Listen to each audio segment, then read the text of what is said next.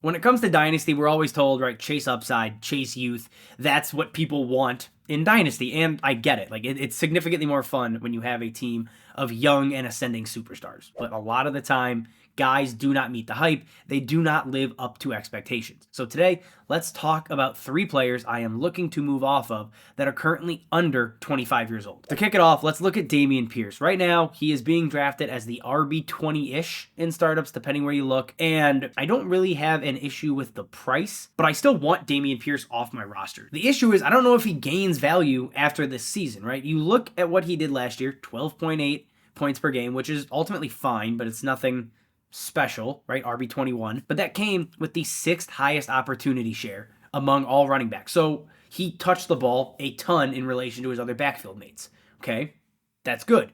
But now you bring in Devin Singletary, who, whether you like him or not, he is better than anybody that was in that backfield last season. Devin Singletary was a good pass blocker. He is a good receiver, or he's always earned a relatively high target share, and he's a solid runner, right? Very similar peripherals to Dameon Pierce. It doesn't seem like Dameon Pierce is going to earn that same level of opportunity share in 2023. But, beyond just volume, how did he perform as an actual player, fantasy aside? Well, I like to look at breakaway run rate and your stuffed rate, which is really, how often did you get hit and not finish, past the line of scrimmage on your carries. When we look at the latter, he actually had the 9th highest stuffed rate among all running backs in the NFL. He got stuffed on over 20% of his carries. That means 20% of his carries did not gain a single yard. And honestly, that's a problem. I mean, it's not good. And yes, a part of that is on the offensive line. That is true. But that offensive line is going to be very, very similar this season. So now what did he do in terms of breakaway run, right? Was he ripping off chunk carries to make up for those stuffed runs? Not really. No, he wasn't. He was 34th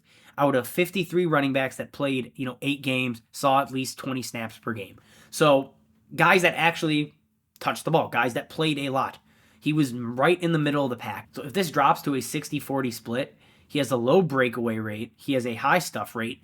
His touches are getting less and less valuable. All of these things are just culminating in a player, in a running back that I don't want on my team moving forward. Next up, we're moving to quarterback. We're looking at Jordan Love, who has finally, and I say finally because it's taken forever, who has finally become the starting quarterback for the Green Bay Packers. We do not know a damn thing about Jordan Love, and honestly, I don't know if the Packers know much about him either. Right now, he's being drafted as the QB 19, which, not breaking the bank, it's not anything crazy, but with what's going on, with what we expect of Jordan Love, the talent around him, and the players being drafted after, it's really difficult to get excited about Jordan Love at that price, given all of the concerns that are up there. And now, when you look at the situation there, right, if Love had been the starter in year 2, he would have had Devontae Adams. Now, he's the starter in year 4. They have Christian Watson, right? Could be good, could be bad. They have Jaden Reed.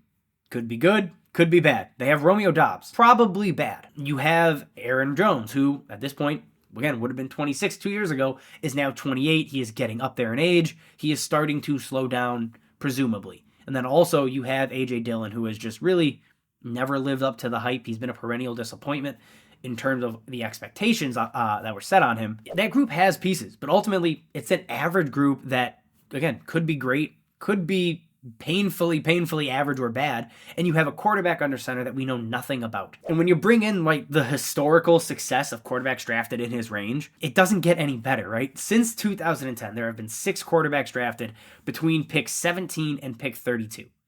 It's Tim Tebow, who we got basically 1 year of in the NFL. It's Johnny Manziel. He gave us 2 years. Paxton Lynch. He gave us 1 year.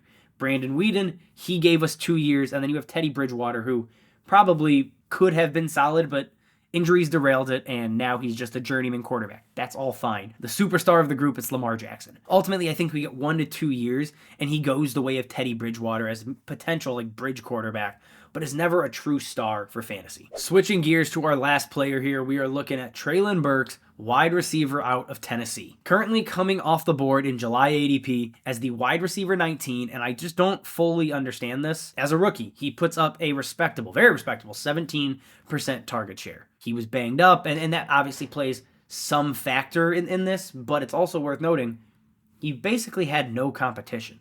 There was nobody on that roster, right? An aging, very underperforming Robert Woods, a rookie Chigakonkwo, Westbrook Nakine, just a bunch of guys that you look at and you're like, how did Treylon Burks not have a 25% target share? How did he not have a 23% target share? There is a lot more growing that he has to do moving forward that is going to get really, really difficult because he's just not that skilled of a player at this point in his career. I don't think anything really highlights his lack of skill better than Matt Harmon's reception perception for him, right? You're looking at a guy that was well underneath that 70% benchmark we want for outside wide receivers, right? He finishes in the 23rd percentile versus man for all receivers in the NFL.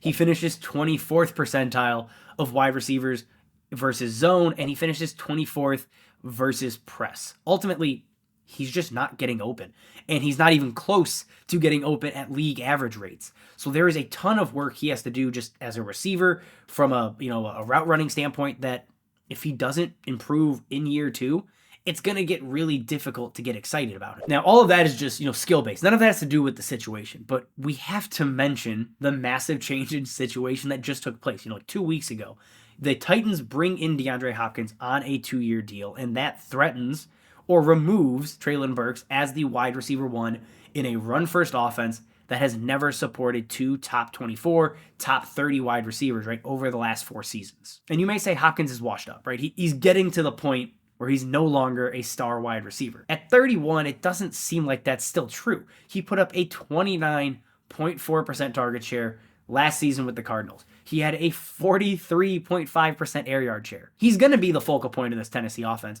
because DeAndre Hopkins is open all the damn time. He's really damn good, and he's just significantly better than Treylon Burks is right now.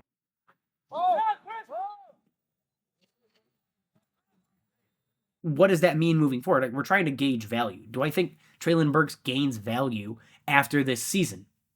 I don't, because he's going to be fighting to earn a 20% target share, a 21% target share, while on the opposite side, right, Hopkins is 27, 28, maybe even 30% from Ryan Tannehill or, God forbid, Will Levis. The path for him to build on his value, I think, is slim. So if that's the case, I'm going to sell if he's being drafted as wide receiver 19 in July ADP. I think that is the time to move because I think it only gets worse from here. All right, guys, that is all I have for you. If you like what we are doing here, subscribe to the channel. If you have questions, you have comments, drop those down below. If you want more Dynasty content, you want rankings, go check out the DLF website. As always, guys, thank you for watching, and we will see you next time.